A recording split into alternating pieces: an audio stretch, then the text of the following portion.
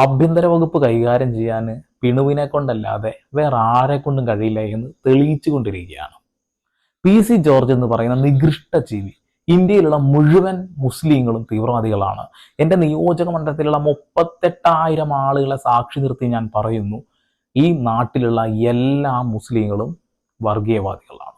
എനിക്കൊരു ചുക്കുമില്ല എന്ന് പറഞ്ഞിട്ട് ചുമ്മാതൊരു മാപ്പും എഴുതി കൊടുത്ത് അല്ലെങ്കിൽ മാപ്പും പറഞ്ഞുകൊണ്ട് അങ്ങ് തടി തപ്പ എന്നാണ് മണകുണാഞ്ച വിചാരിച്ചിട്ടുള്ളത്. പക്ഷെ കേരള ജനത ഒരിക്കലും അയാൾക്ക് മാപ്പ് നൽകാൻ പോകുന്നില്ല.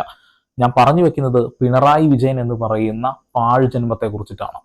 ഇത്ര അധികം വിദ്വേഷ പ്രസംഗമൊക്കെ നടത്തി വൃത്തികേടുകളൊക്കെ പറഞ്ഞുകൊണ്ട് ആ വീഡിയോ ഇപ്പോഴും നിലനിൽക്കുക.